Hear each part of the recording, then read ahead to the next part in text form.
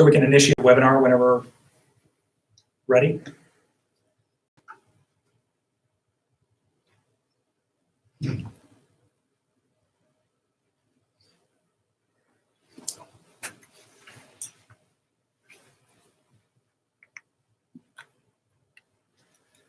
Okay, so it looks like we're ready, everybody. Thank you so much for being with us on this Wednesday. We appreciate you being here. This is a news conference for April 15th from the Unified Command here at Maricopa County. My name is Fields Mosley, Fields Mosley, and I am the lead PIO under this Unified Command, as well as the Communications Director for Maricopa County. Today's topic is going to be about the latest data more broadly here for Maricopa County, as well as the hospitalization epi curve and what this means for Maricopa County and how we're seeing the disease spread in our county. Dr. Erika Sonnenschein, she is our Public Health Medical Director, also an infectious disease specialist, who will make a brief presentation and then be available for questions. We also have Marcy Flanagan. She is our Director of Maricopa County Public Health. And we also have Robert Rowley, the Director of Emergency Management, who is the co-leader of the Unified Command here in the structure. So if you've been a part of our press conferences in the past, you kind of know the rules of the road. I'll go ahead and go through them briefly. Members of the media, you will be called on by one of our moderators who is in the webinar with you.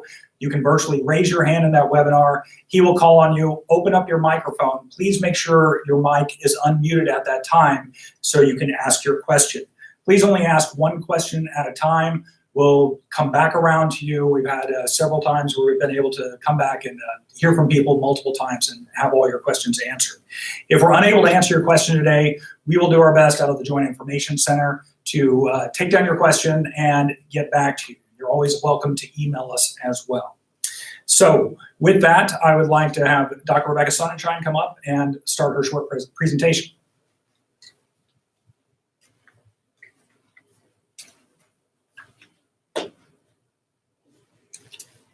Good afternoon. I'm Dr. Erika Sonnenschein. That's Sunenshine.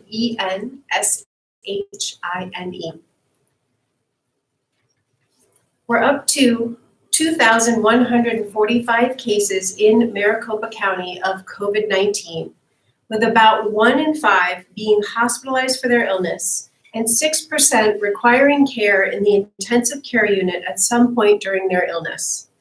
60 people tragically have lost their lives from COVID-19, which is about 3% of the total number of people who have been diagnosed. Remember, these cases only represent patients who are sick enough to get tested for COVID-19 and don't include the many cases with mild illness or those with no symptoms at all who haven't gotten tested for COVID-19. So I want to show you where we are now with the hospitalization data in Maricopa County. Since we spoke last week, we were just beginning to see a flattening of the curve.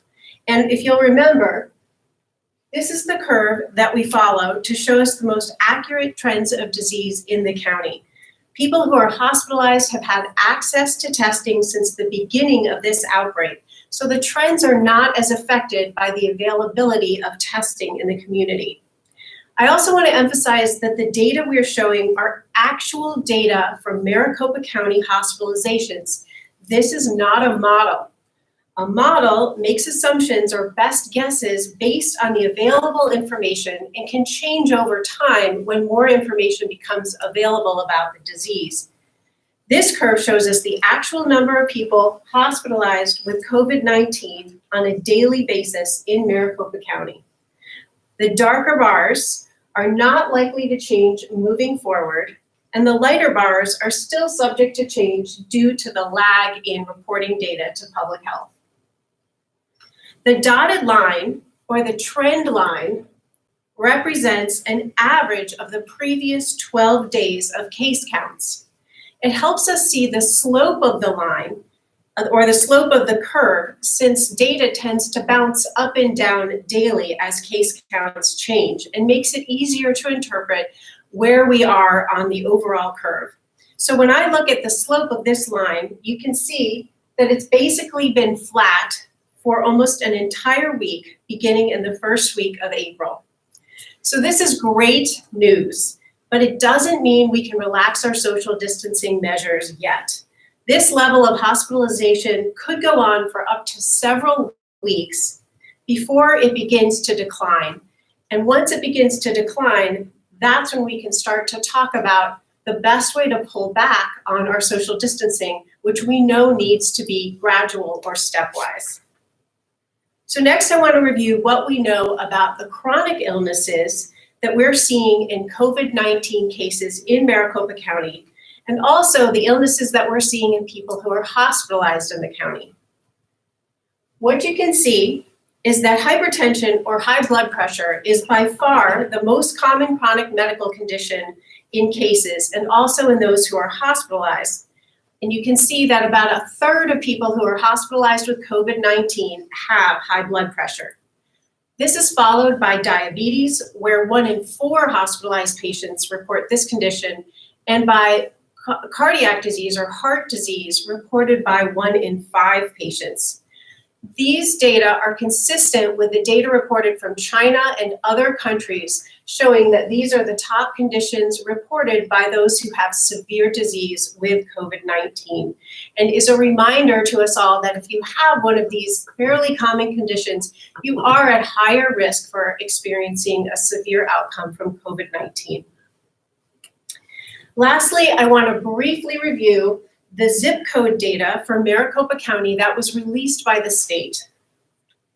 If you look at this map of Maricopa County by zip code, you see a lot of dark red with just occasional lighter areas. What this tells us is that there are positive cases in every single zip code except for 1. And with the lack of testing availability in the community, I can assure you that there are people even in that zip code with COVID-19. It is also important to note that if the zip code of the case's residence is missing, the protocol is to use the zip code of the hospital.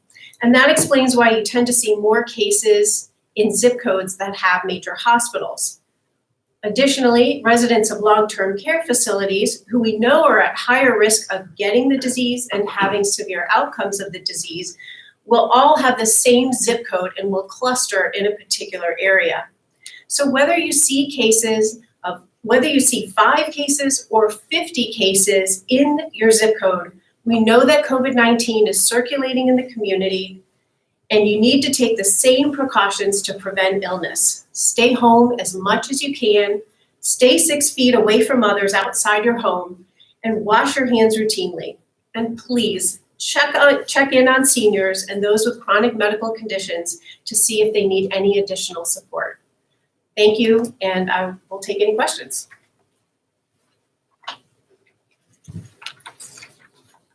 Thanks so much, Dr. Sonnenschein. Do we have somebody on the line for a question? We have a question from Mark Phillips. Mark, your microphone is live.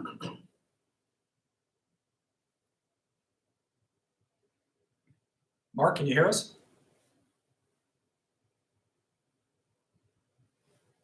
Okay, looks like we'll move on to Ann Raymond. Ann Raymond, your microphone is live.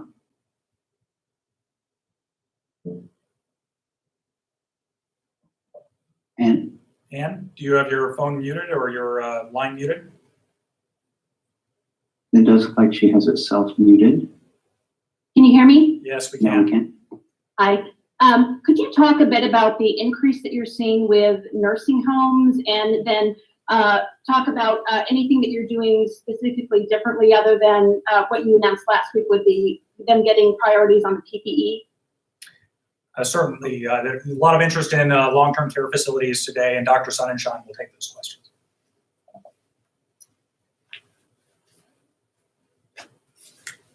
Thank you for that question. What we know is that residents of long-term care facilities are the most vulnerable patients in our entire community. And that's why we are really reaching out, and we have multiple systems in place to make sure that we identify any cases or spread in long-term care facilities as quickly as possible.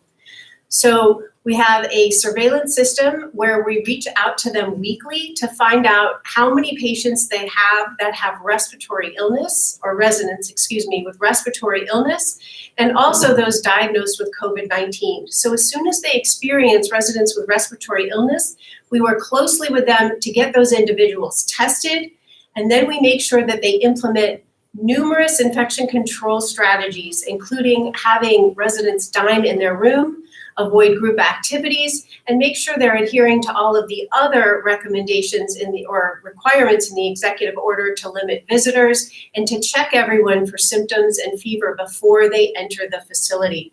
So we do all of those things in addition to making sure that they have enough personal protective equipment to put every single resident in isolation precautions when there's even one case in the facility. Unfortunately, because of the group setting that these individuals live in, we now have 32 long-term care facilities that have a resident with COVID-19, and we're continuing to work with them to make sure that we're not seeing any additional spread. It's important, however, to focus on making sure that these facilities are comfortable reaching out and working with public health so that they continue to share when they have suspect cases, so we can make sure they have everything they need to protect these vulnerable residents.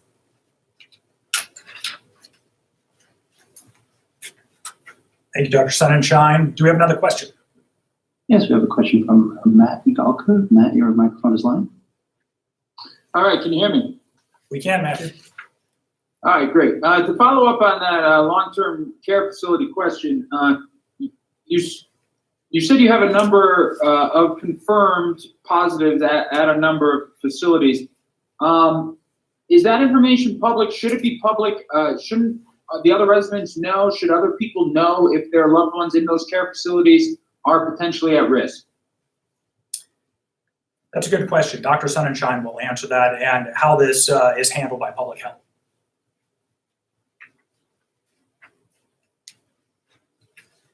So as part of the process of reaching out to the long-term care facilities, in addition to sharing all the infection control recommendations, making sure they have testing and personal protective equipment, we do provide them with templates of letters to send to their residents, to their residents' families, and even to patients who have been discharged from their facility to let them know of potential exposures. And it's important that these facilities reach out to their residents and their families to let them know what is happening. However, it's also important that facilities are comfortable working directly with public health and freely reporting when they have suspect cases. And that is why we are not personally or as an agency going to release the names of these facilities, because they need to know that when they report to us that we will do everything we can to support them, rather than sharing the information with others, which in the end may actually detract from the care of the residents. So we were relying on the facilities to share this information and giving them all the tools so that they can give the best information to residents and families.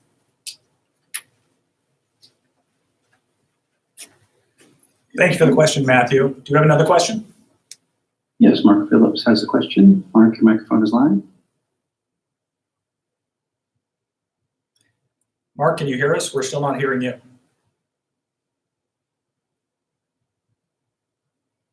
It looks like we'll move on to Peter Samori. Peter, your microphone is live. Hey, Peter. Yeah. Hi, good afternoon. So following up on the long-term care facilities, what type of data specifically are they reporting based on the governor's mandate for data reporting?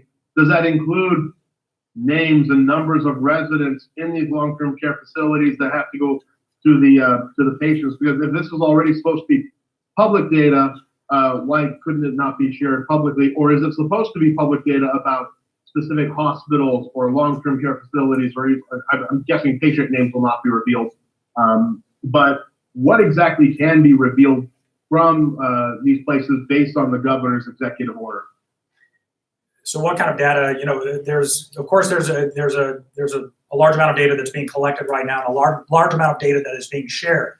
What has been reported so far is data that we have publicly shared about the number of cases in these facilities, as well as the number of deaths in these facilities. So I'll let Dr. Sonnenschein expand on that just a little bit.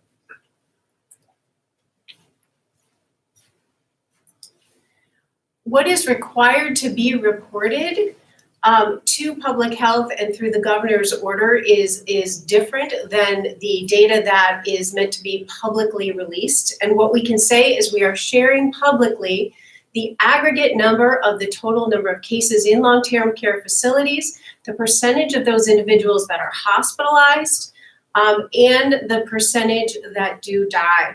And we're able to do that because we can share that data without identifying an individual resident.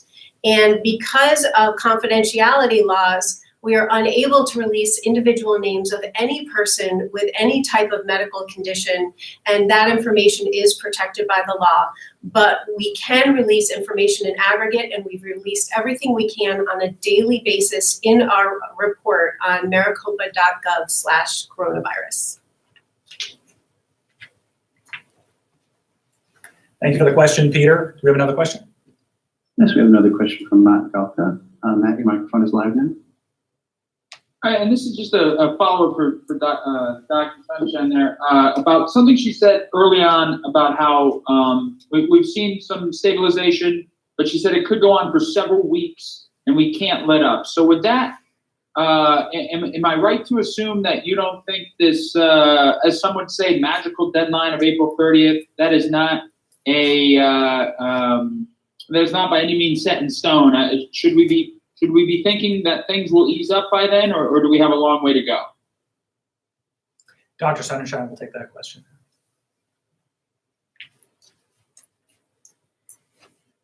In reference to the question about a sort of magical deadline of April 30th, that is something that is being reported by modeling, which again, modeling is based on available information and the best guesses of the prediction of the future. And that's really what they are, our best guesses. But what that particular date refers to is when they are estimating the peak of the number of cases and the number of hospitalizations will be in the community. It's possible that because our social distancing measures were so effective that we may have already reached close to the peak, and that we're actually going to see more of a plateau, which is a flattening of that peak. And because it's flatter, it may go on for a longer period of time before it slopes back down again. So that date was the date that we were going to reach the maximum, and we've known all along that you can't pull back on these measures until well after you've reached the maximum, and you do have to do it in a gradual fashion, because if you pull back too quickly, then you risk having a second peak or a resurgence of cases.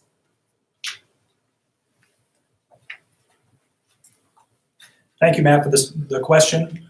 Chad, do we have another questioner out there? Yeah, we have a follow-up question from Peter Smart. Hey, Peter. Hello again, Fields and Dr. Sonnenschein. Thank you. Following up also, how are the long-term facilities cooperating with the county on the data they're sharing? So the question is, how are they cooperating specifically to long-term care facilities? We know hospitals are also reporting data, not only to Maricopa County, but to the state as well. So Dr. Sonnenschein can answer that. What I can tell you is that long-term care facilities have been incredibly collaborative and interactive with public health, because we're reaching out to them one-on-one when they have even suspect cases of COVID-19. We're walking through not just what the recommendations are, but what their particular situation is. Whether their group dining is in a facility where they can afford to move dining into the rooms, going through individual circumstances. And because we developed those relationships with the facilities, we've had incredible cooperation with them. And that's why it's so important to maintain that trust between the facilities and public health, so that we can provide as much protection for the most vulnerable residents that we can. Thank you, Peter, for the question. Do we have another question? There are no pending questions, Phelps. Mark Phillips has not been able to reconnect. I'm chatting with him behind the scenes. We do have a couple more hands raised though. Okay. If you want another question, we have Ben Giles. Ben, your microphone is live. Go ahead, Ben.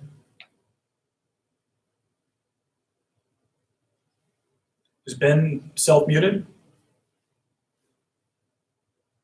I've unmuted him. We'll move on to a follow-up by Ann Ryman. Ann, your microphone is self-muted. Can you unmute it for us? There we go. Yes. A follow-up question on the long-term care facilities. At what point are they supposed to notify their residents or their employees? We've heard from some employees that, they find out kind of after the fact, when it's well known already. I'm curious is there guidance you're giving to them, or are they required to notify other employees at a facility that there's been a confirmed COVID case? So the question is there a timeline or any sort of law in place or requirement in place for them to notify their employees or residents of the facility of a COVID case in that facility? Dr. Sonnenschein will expand on that.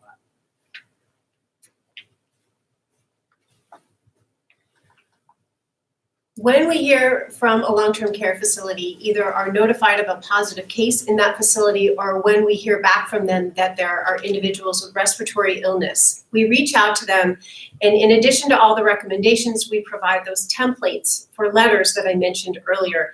At that point, we make a strong recommendation that they notify not only the residents, but also the families. But it's important for families to be empowered and reach out to the long-term care facility and ask, have you had any cases in your facility, or do you have any cases, particularly if they want to take their resident out of the facility. It's important for them to know.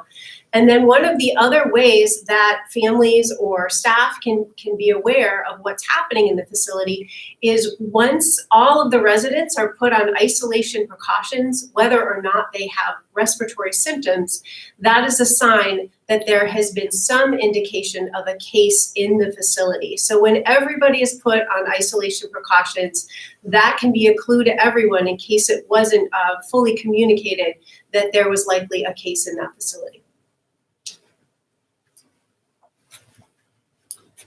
Thank you, Ann, for that question. Chad, do we have another reporter on the line?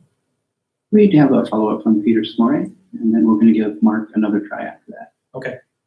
Go ahead, Peter. Well, actually, my questions have been answered. Thank you. But maybe perhaps to the moderator, maybe if there's a way somebody can get a question into you via chat message, maybe that'll help if we're having some technical difficulties. But I want to thank the county for making these webinars available to all of us. It makes our lives a whole lot easier, and we definitely appreciate the access for the information. We're happy to do it. So thank you so much, Peter, for the nice compliments during this stressful time. So I know you guys are really busy, and we're really busy here too, and public health has a lot going on. Dr. Sonnenschein and the other leaders here at the Unified Command, they're happy to make themselves available, but certainly they have the job of public health to do as well. And we certainly count on Dr. Sonnenschein's expertise for much of the work that's being done right now. So with that, Chad, do we have any other questions? Yes, Mark Phillips should be on the line now. Okay, hi, it's Mark. Sorry, I've been such a problem. To the doctor, No problem at all, Mark. Can she confirm whether or not the 6 people who were in these long-term care facilities passed in the last 24 hours because of COVID? And then my question is, are you hearing from families that they're not getting the answers they want in a timely enough manner from these care facilities as to the extent of the COVID virus in those facilities? So so Mark, let me rephrase your question and make sure I understand it completely. You want to know if out of the deaths that we had since yesterday, if all of those were in long-term care facilities, and also, and I believe the numbers should reflect that if that's the case. Sorry, I don't have the numbers memorized right now. Also, if we are hearing from families directly who are displeased with the type of notification they're getting from long-term care facilities. Am I getting that right? Yes. Okay. Yes. And Dr. Sonnenschein will take that, try to answer that question as best you can.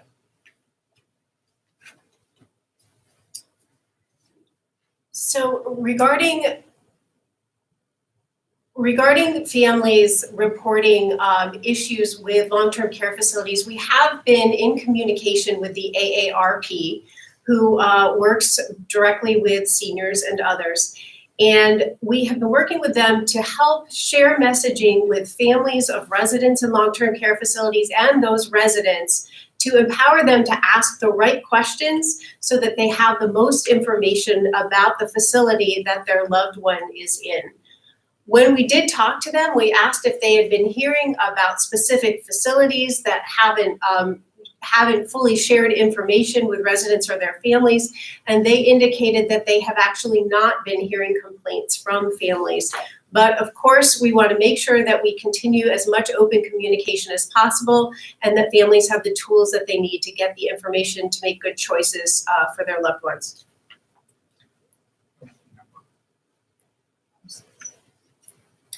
So the number of deaths is indicated on our website that is associated with long-term care facilities. I can't confirm right now whether 6 occurred in the last 24 hours, but you can go ahead and look at the website and that will show the total number of deaths that have occurred in long-term care facility residents. And I think it's worth mentioning that if you look at the percentage of the total number of cases in long-term care facilities who have died, it's much higher than our other risk groups, including those who are over 65 and who have chronic medical conditions.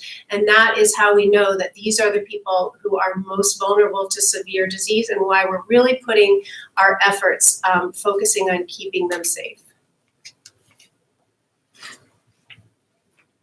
All right, thank you for that, those questions, Mark. I hope we answered those. And Chad, do we have anybody else? Peter does have a follow-up question. Okay, go ahead, Peter. Peter, your microphone's self-mute. There we go, you're live.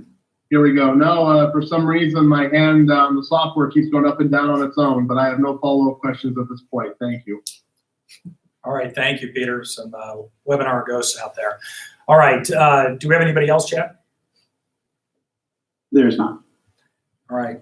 Well, with that, I'd like to thank everybody for joining us for the news conference today on Wednesday, April 15th, tax day, but not tax day. A reminder to everybody, we're pushing out some messages about the census. The census is not over. It's very easy to do. I did it last weekend. Please take some time. If you're stuck at home, get on your computer and spend 10 minutes answering those easy questions for the census. So with that, we thank you for being here. We'll certainly send out another advisory. We have more to communicate about how the county and county departments are working together during this time of the pandemic. Thank you very much.